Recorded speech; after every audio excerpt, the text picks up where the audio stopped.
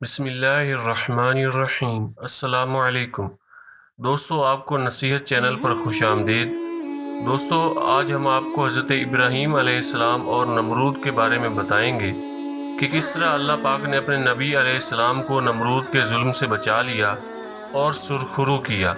دوستو، اس سے پہلے کہ ہم واقعہ بیان کریں، آپ سے گزارش ہے کہ ویڈیو کو لائک کر دیں، اور اگر آپ نے ابھی تک ہمارے چینل کو سبسکرائب نہیں کیا تو اس کو سبسکرائب کر لیں، جزاک اللہ۔ مفسرین کا بیان ہے کہ نمرود بن کنان بڑا جابر بادشاہ تھا۔ سب سے پہلے اسی نے بادشاہوں والا تاج اپنے سر پر رکھا۔ اس سے پہلے کسی بادشاہ نے تاج نہیں پہنا تھا۔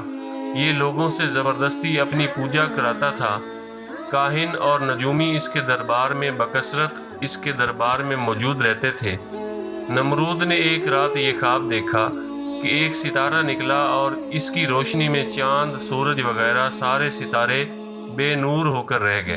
کاہنوں اور نجومیوں نے اس خواب کی یہ تعبیر دی کہ ایک فرزند ایسا ہوگا جو تیری بادشاہی کے زوال کا باعث ہوگا۔ یہ سن کر نمرود بے حد پریشان ہو گیا اور اس نے یہ حکم دے دیا کہ میرے ہر شہر میں جو بچہ پیدا ہو وہ قتل کر دیا جائے اور مرد عورتوں سے جدا رہیں۔ چنانچہ ہزاروں بچے قتل کر دیے گئے، مگر تقدیر الہی کو کون ٹال سکتا ہے۔ اسی دوران حضرت ابراہیم علیہ السلام پیدا ہو گئے اور نمرود کے خوف سے ان کی والدہ نے شہر سے دور پہاڑ کے ایک غار میں ان کو چھپا دیا۔ اسی غار میں چھپ کر ان کی والدہ روزانہ دودھ پلایا کرتی تھیں۔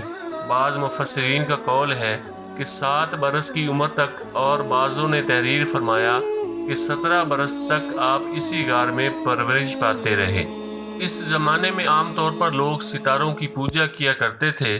ایک رات آپ علیہ السلام نے زہرہ یا مشتری ستارہ کو دیکھا تو قوم کو توحید کی دعوت دینے کے لیے آپ نے نہایت ہی نفیس اور دل نشیں انداز میں لوگوں کے سامنے اس طرح تقریر فرمائی کہ اے لوگو، کیا ستارہ میرا رب ہے؟ پھر جب وہ ستارہ ڈوب گیا تو آپ نے فرمایا کہ ڈوب جانے والوں سے میں محبت نہیں رکھتا۔ پھر اس کے بعد جب چمکتا چاند نکلا تو آپ نے فرمایا کہ کیا یہ میرا رب ہے؟ پھر جب وہ بھی غروب ہو گیا تو آپ نے فرمایا کہ اگر میرا رب مجھے ہدایت نہ فرماتا تو میں بھی انہی گمراہوں میں سے ہوتا۔ پھر جب چمکتے دمکتے سورج کو دیکھا تو آپ نے فرمایا کہ یہ تو ان سب سے بڑا ہے، کیا یہ میرا رب ہے؟ پھر جب یہ بھی غروب ہو گیا تو آپ نے فرمایا کہ اے میری قوم، میں ان تمام چیزوں سے بیزار ہوں جن کو تم لوگ خدا کا شریک ٹھہراتے ہو، اور میں نے اپنی ہستی کو اس ذات کی طرف متوجہ کر لیا ہے جس نے آسمانوں اور زمینوں کو پیدا فرمایا ہے۔ بس میں صرف اسی ایک ذات کی عبادت کرنے والا بن گیا ہوں اور میں شرک کرنے والوں میں سے نہیں ہوں۔ پھر ان کی قوم ان سے جھگڑا کرنے لگی تو آپ نے فرمایا کہ تم لوگ مجھ سے خدا کے بارے میں جھگڑتے ہو۔ خدا نے تو مجھے ہدایت دی ہے اور میں تمہارے جھوٹے معبودوں سے بالکل نہیں ڈرتا۔ سن لو، بغیر میرے رب کے حکم کے تم لوگ اور تمہارے دیوتا میرا کچھ نہیں بگاڑ سکتے۔ میرا رب ہر چیز کو جانتا ہے۔ کیا تم لوگ میری نصیحت کو نہیں مانو گے؟ اس واقعہ کو مختصر مگر بہت جامع الفاظ میں قرآن مجید کے پارہ 7 سورہ انعام کی آیت نمبر 76 تا 79 میں بیان فرمایا گیا ہے۔